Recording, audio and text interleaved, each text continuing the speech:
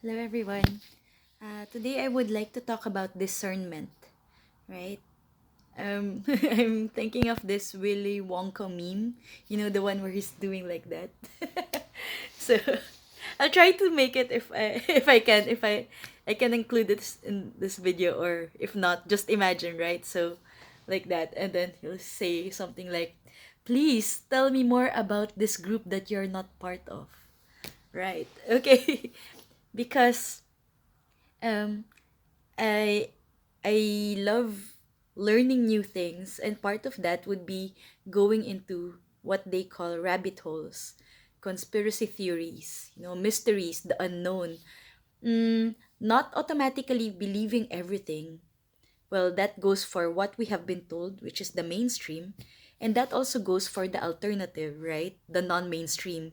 So just because, you know, we don't believe in something, or we are open-minded, doesn't mean you're biased against the mainstream or for the mainstream. And that's it. That's what discernment is, right? We look at something, and even though there are views that we are biased about or we prefer, we have to check if it's really true, or we just want them to be true. Okay, so particularly, I would like to talk about, groups. If I am part of one group, there is a tendency that we might see others, those who are not part of our group, as different, and perhaps, oh, we believe something different, they're wrong because blah, blah, blah, or they're inferior because blah blah blah, because they're not like us, because if they were like us, then we would be in the same group. I'm sure a lot of people are very kind-hearted, but there is a tendency to do that, like, this is us, that's them, they're different, and usually it's about they're less because they have different beliefs, different cultures, or they don't know better. We know better than them. We're better than them. Ch ch ch. And that's sad, right? I mean, let us. I hope, yeah, we can examine ourselves. Are we like that? Do we tend to look down on people, even though we don't want to, but they don't know what we know. We know better. We know more. Blah blah blah. So is that you? Yes, that's me. That's why I'm talking about it, right? Of course, I mean, if it's the other way around, like, oh, this other group, they're better. Wow. We can turn it into the positive, right? What are they doing good? I want to be like them. So we can make that positive, right? Take it constructively. I want to be like them. What can we do to be like them? Similarly, if we think that we are superior, or we know better, or we are doing better than these other groups, what are you going to do about it, right? Are we going to help? Are we going to educate? Are we going to inspire them to, or try to enlighten them? Or are we just gonna, no, I'm not gonna share this information so that we will continue to be on top? But going back to discernment in particular, are those beliefs even true? Are they really believing something different from what we are believing? Are they really inferior or superior than us? Who actually bothered to talk to them and verify, our understanding or misunderstanding about them? And isn't that's why groups are formed, right? We only talk to our local group. Nobody is inclined to ask the different person, right? That other neighborhood or that other group. Could be could be ethnicity, it could be religion, it could be school, it could be income, work, whatever divides you, right? I'm not saying we have to be best friends with everyone. You don't have to tell everyone everything, There trust is should be earned. Respect is, there's basic courtesy, and of course there's, trust, levels of trust, right? You need to be trustworthy, worthy of it. But on a basic level, how sure are we about our understandings of people different from us, or the people who we don't interact with. So I'd like to talk about specifically two examples which may or may not apply to you, but it's an exercise in discernment. One is witch hunt, right? So you may be familiar with the term witch hunt because literally in the 1600s, is it 1666? They actually hunted for witches. And of course, I wasn't there. Maybe some people will remember that time in their dreams or whatever, or in historical accounts. But it seems like there was such hysteria that uh, people were blaming everyone who was, a bit different, or some people just because, they looked weird, or, or they were just women. Okay, burn her at the stake. Okay, she's definitely a witch and all that. So the question there is, how sure are you that that person is a witch? And if you know too much, what why should we believe you? How come you know so much about being a witch? Maybe you're the witch. And the other question there is, why is that even bad? Right? Why are we burning them? And if we say witches are bad, how many people did the witch kill? Because right now, if we are going to burn them, aren't we the ones killing them? Aren't we the ones who are bad? So it all clicked for me in this one meme that said, uh, we should have been taught to be afraid. Why are we taught to be afraid of the witches instead of the people who burned them? And yeah, that clicked. Everything clicked for me in that moment. That, yep, who was the real bad guy here, right? It's not about religion. It's not about gender, but just a discernment, because that often happens whether or not we're talking about actual witchcraft or whatever is different. I see people really turning on each other out of ignorance, and a lot of people just jump on the bandwagon just so they will be part of what is the popular vote. I see that happen so much. I'll point out the people who who were nice to me and suddenly, oh yeah, yeah. No, it's not just me. I'm sure it happens to a lot of people, whether you were the one, holding the pitchfork and the torch, or you were the one being burned. So yeah, how strong are your convictions? And let us be um honest enough and look at the mirror. Perhaps we have become the enemy we are saying we are fighting against. And another thing, yeah, that's why I mentioned conspiracies earlier. There's a lot of talk about secret societies. And it's so funny because so many people know so much about these secret societies, right? So either they're really secret, which means, what are we talking about? Or it's all propaganda. So how sure are you that what you are saying is really from that secret society, if it was really secret? And then some would say, well, somebody confessed, blah blah blah. Well, did that person really confess? Maybe he was forced to confess because you were torturing that person.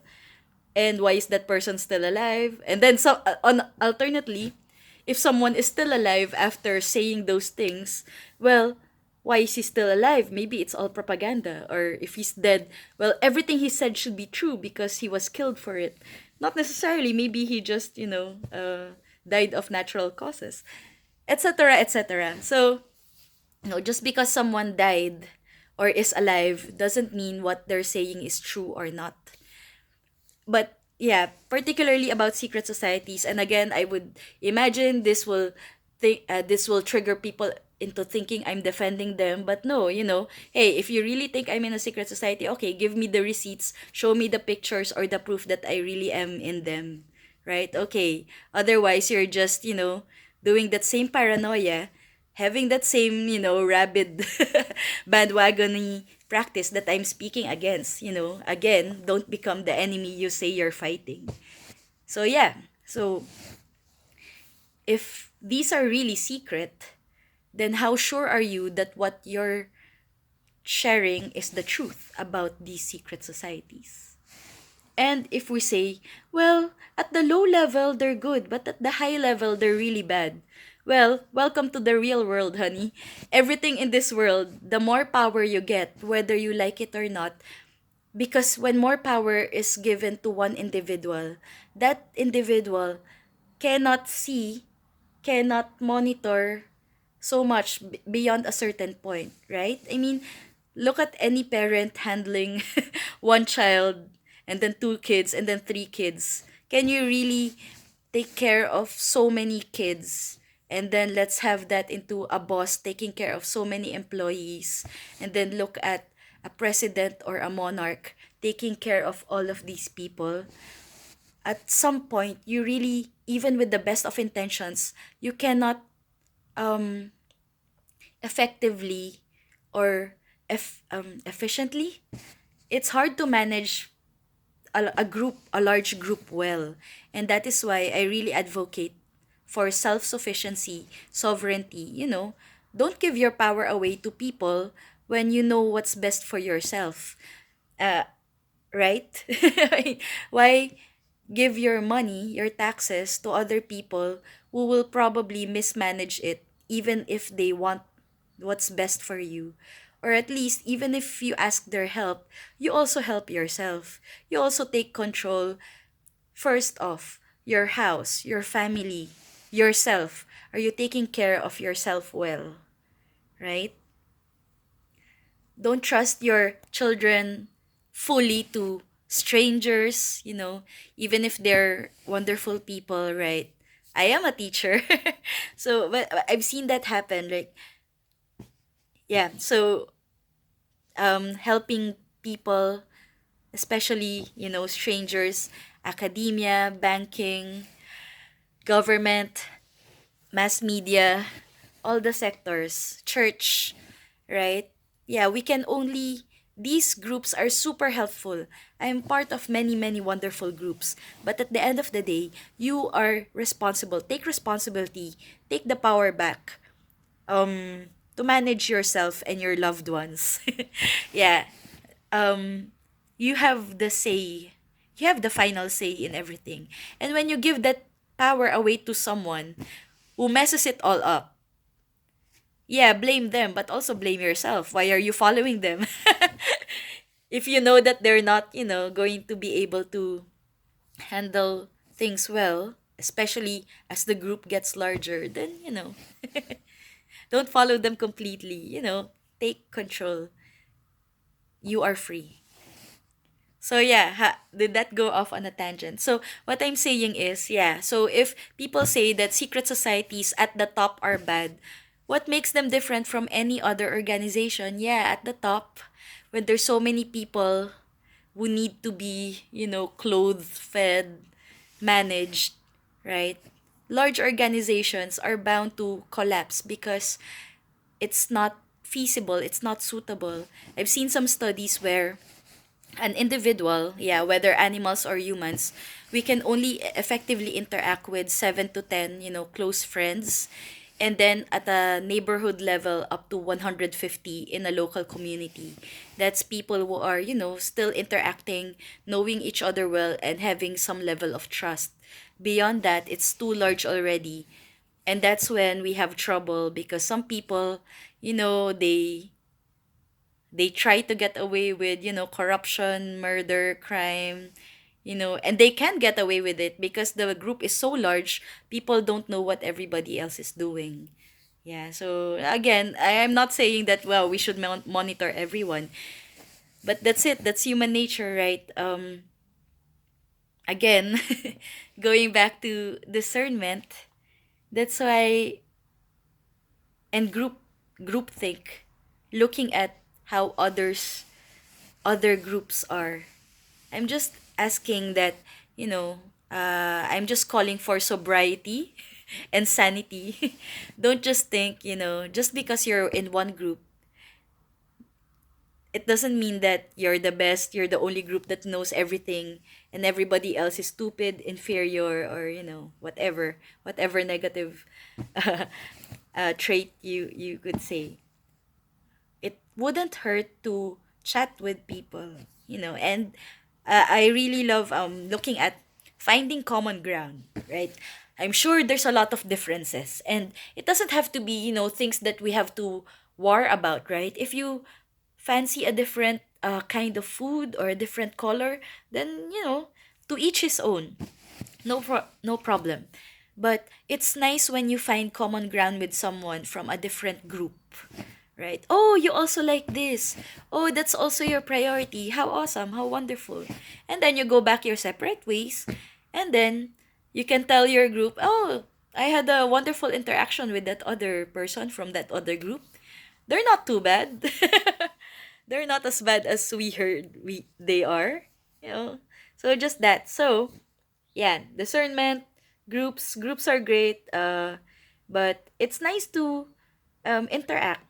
We don't need to leave our current groups, but yeah, just be open. Yeah, just be okay with learning something new, meeting people from different groups. Yeah, appreciate, understand, and yeah, that's our contribution to world peace.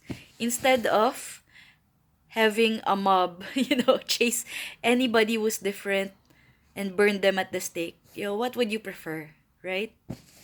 Okay, that's all for now. Bye bye. Thanks for listening.